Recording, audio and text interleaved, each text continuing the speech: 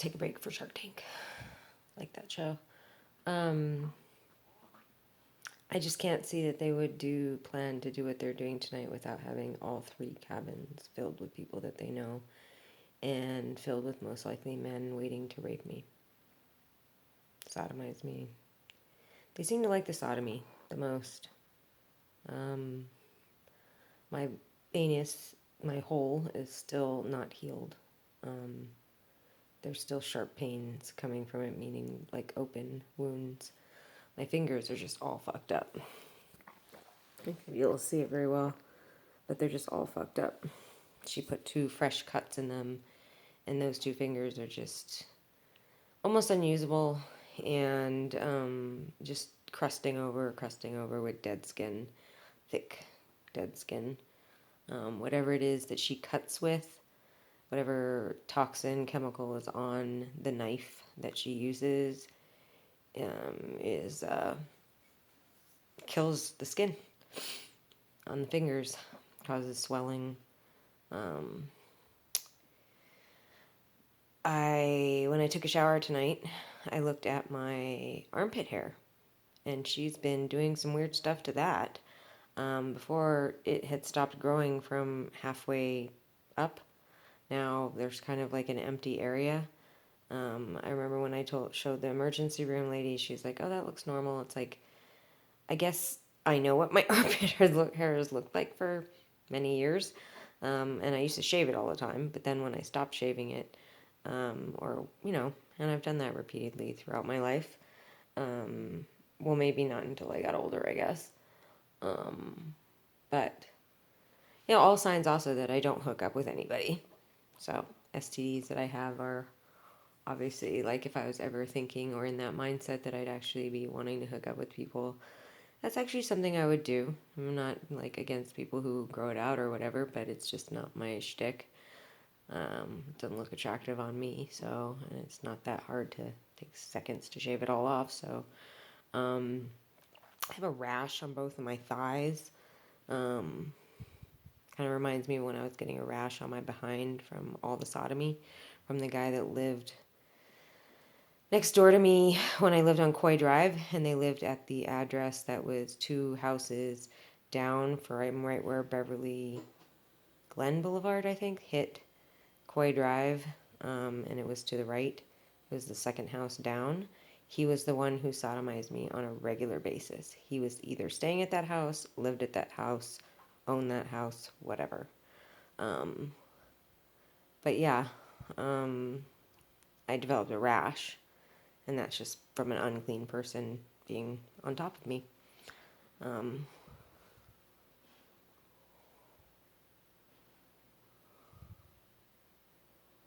It's not hard because there's so many horrific things that go on in the world. If you look at that YouTube site, Soft White Underbelly, and you watch those videos, it's pretty scary, you know?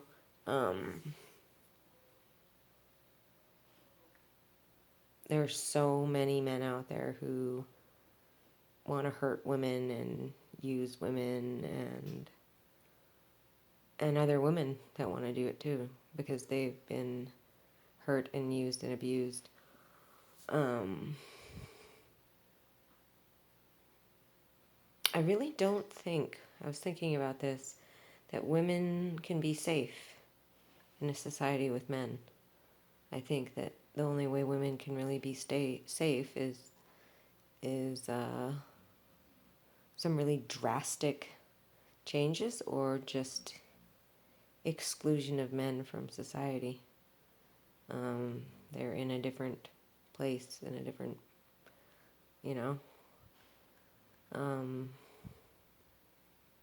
so many things that this whole situation has taught me about the world and the way it operates, and just really realistically thinking like how you can actually deal with people like this. I mean, the one that's doing this is a woman that's commandeering this, getting the men to come in and rape me, that made friends with Vita first, and then Miho, and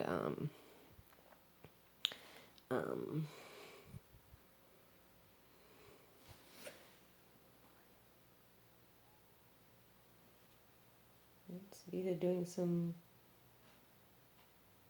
convulsing.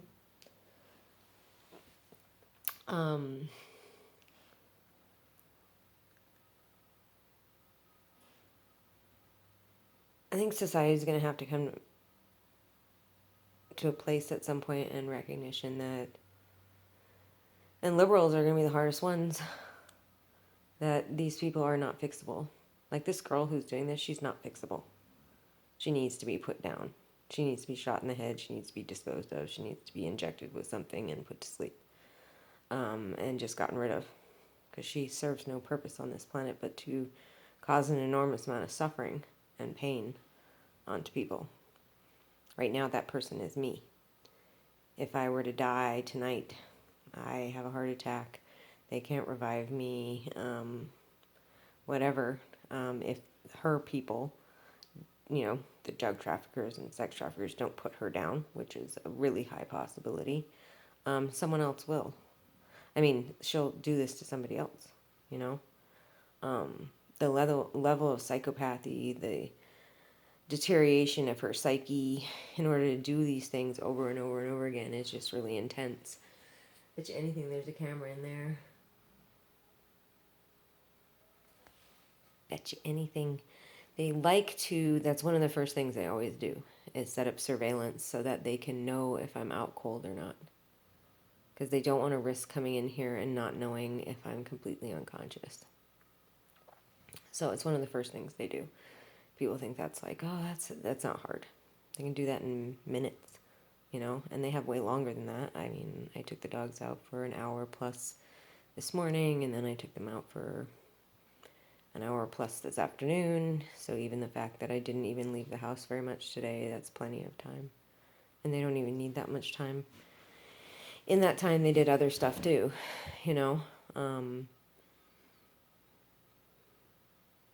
But yeah, I'm guessing that every single person in these other cabins are waiting. Isn't that creepy and weird? Like I'm sitting in this cabin in the dark in this deserted place, sort of, in a place I don't know. I've only been here how many days? And I'm well aware that there's people steps away from me waiting to come in here and sodomize and rape me. And who knows? I mean, you put videos out like that into the world, I'm realizing how many people that can attract, how many people, like how many men, maybe women are out there that want to participate and are seeing, wow, I can torture another human being and I can see her the next morning and she can look me right in the eye and she won't even know who I am and what I did to her. That's going to be very appealing to people. Like the guy that stayed next to us the first night we were in the cabins, or the second night. First night. He was just vile. He was in cabin 5. He was just vile, and he was one of those type of people that he can't hide that. He just is a vile human being, and the way he looked at me, the way he talked to me, his tone, his posture, and then I heard him talking to the females he was with, and it was the same, and I would bet money that he came in that night and raped me that morning, that night, look if I know. But he was one of those people that had to talk to me the next morning, and that was a gratification in itself. And there's definitely, that's part of it for some of these people. I'm hearing lots of movement and weird stuff outside and up in the fucking attic space, which is probably very small, especially over the bathroom. But I can feel it in my eyes. It's coating my eyeballs. I've drank a couple cups of coffee, but I had to strengthen it more. It's the first time I'm really making coffee. I'm not gonna lie, I like it better than Starbucks. I'm paying a lot less money. And, yeah. Starbucks may have the espresso shots, but it doesn't seem to really be all that, actually. But yeah, this is my life. I'm laying here and it's 9:30, 10:30 at night, and I know this is happening, and there's part of me that has just become accustomed to this. It's so weird how you can be accustomed to such a fucked up life. Like one of those soft belly, underbelly things. I was watching a super beautiful transgender woman on there, transgender prostitute. I mean, just drop dead gorgeous. Um, but so whacked out. So whacked out. And just hearing snippets and trying to piece together her dialogue because she was so. I mean, her life was just insane. Mom dying, grandmother being growing up in a crack house, being raped at a very young age, on purpose. And this is one of those moments where I watch something like this and I go, see, this is when it's so hard in life, because she said that the first time she was raped as a child, first she described it as her grandmother had left the house, and then this guy came in, and he was like 18 years old or something, and then later on, in sort of the on and off rambling, she talked about how she believed that her grandmother had set that up, and I can't remember the exact wording, but it was like, I just feel that that's what happened, and as soon as she said that, I'm like, that is what happened.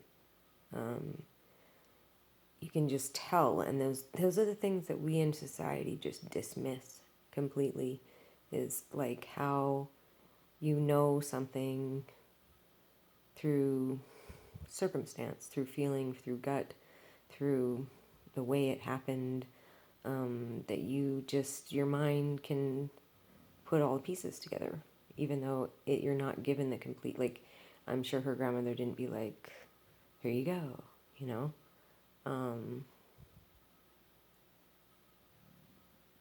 but that's the weird part about our society, is we don't honor any of that. We don't honor those feelings, those thoughts, those ways of figuring stuff out. And like, so much of what I would like to say, or I do say, so much more of what I would like to say, I don't, because it's like there's not that understanding of it. There's not that acknowledgement of it. There's, we don't honor that, and that's how predators survive, and that's how, predators just thrive on that, is the fact that we've become this society that doesn't trust, unless, like, how many police officers have said to me, well, you need to get video of this. You know how impossible that is? I mean, if someone were to help me watching this, it wouldn't be at all, because this is being probably put on their web, on the free web, whatever, what is it called, Wi-Fi. I bet you anything that the camera that they're using is being transmitted over their Wi-Fi. So, can figure that out.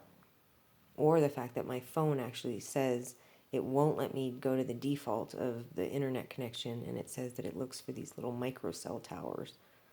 I looked that up. I'm like, I don't even know what that is, and I can't change it. I haven't reset my entire phone, but I've reset the internet stuff, which is under that area. Should reset back to all the default stuff. It won't. And it won't let me change it. And it's weird. I've never seen it before. I've been going through my phones for years now and trying to constantly get them off of it,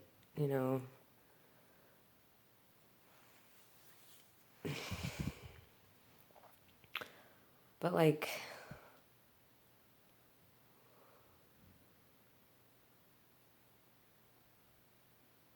I can hear noises out there. If she's not up there right now, she's right next to the cabin next to me. She's got a psychopathy that she has to be super near to me all the time.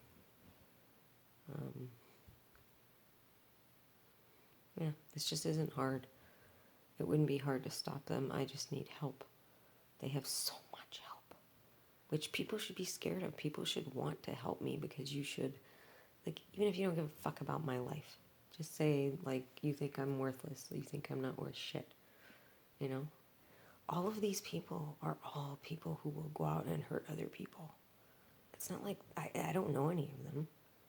Like, I don't know any of the men that are sitting in these cabins right now, right beyond that door, steps away, that are waiting to rape, sodomize, and torture my body. Like, I don't know any of them. I didn't do anything to them. This is an opportunity for them, you know? And guaranteed, at this point, from what I've seen and what I've witnessed, that some of them have paid for this. And that's why the desperation will increase as the night goes on, and there'll just be so much stuff in this air that they'll get sick, like super sick. Like Vita's had straight diarrhea for 2 days, you know? And they just have no fear of these dogs, you know, dying, and then what? They'll concoct ways of fucking with the, you know, test results or whatever, and that is so much easier than you think. And I've just been thinking about all my rape kits and all my hospital visits and how that is all being, you know, they know when I'm going to the hospital, they know which hospital I'm going to. You know, most of the time they have plenty of head time lead, and sadly, most likely there is somebody at every single hospital that will help them, you know, and in a position to do it. I mean, there's been times that I pulled up and then I see someone else pull up there and they've got their scrubs on and everything, and they just run in and then run out. And, you know, I don't know. There's, again, it's just that feeling of like, and sure, sometimes you can be wrong, but just like that girl on that video, that drop dead transgender woman, which, God, that's just such a, that was painful to watch. Painful. Painful, painful. But just, I mean, watch those videos and you will come more to terms with what I'm going through, because those people's lives, every single one of them experience people like this that are just super depraved and, you know, just so, just really disgusting human beings. Miho's twitching. Just disgusting human beings. And that's what they are. I mean, I don't even consider them human. I really don't. And this whole demon thought is like, are they demons? Are there really demons on Earth? Or are they just so fucked up and evil? I mean, you look at people like Richard Ramirez, you know, that guy that dressed up as a clown, John Wayne Gacy, you know, Jeffrey Dahmer. I mean, their actions are certainly demonic. You know, I mean, that's how, you know, shit, demons are described in the Bible, aren't they? Like the shit that Jeffrey Dahmer did. So, oh yeah, I just want to make a quick note. She's taken all the enamel off my teeth. And that should be easily found in a examination of me, like an autopsy. Easily found that she's literally removed all the enamel. I guess that was the decision she made when I stopped using the toothpaste all the time. So, because my teeth were falling out. And immediately my teeth felt better. And then she tried to actually take one of my teeth out in Los Angeles on Quay Drive. I had sores on both sides of one of my teeth, and it felt a teeny bit loose overnight. And so, yeah, she decided, and how I know that is because flossing, I've been flossing my teeth for 47, well, let's say 37 years now. And I've always had teeth that are really close together. So the floss, like, doesn't just go, you know, has resistance to it on every single one, you know, except for where I have no teeth, but on every single one. And then I noticed that they were just all, every single one of them. So it's one of the things she does is, and she just decided to, instead of try it, because I don't use enough toothpaste for it to cause enough damage, that then, you know, this will be a way that eventually all my teeth will fall out. because all the enamel's gone. And the sensitivity is through the roof, and yeah. She is one of the sickest people alive. I cannot wrap my head around fucking the feds not doing anything. Like, and this woman being out there. And, I mean, I keep remembering the last time I saw her, which was at the Powell Butte Park, and she was in that, I think it was a BMW, older, white paint splattered. It was black, driven by some howly meth head. He looked all, ugh. And she was in the front seat, in the passenger seat, and she was just like, like, she's always like that. Every time I see her in a vehicle driven by somebody, she's like got her hoodie on and she's got a mask on, and can't even see her, but she's this teeny little dark thing.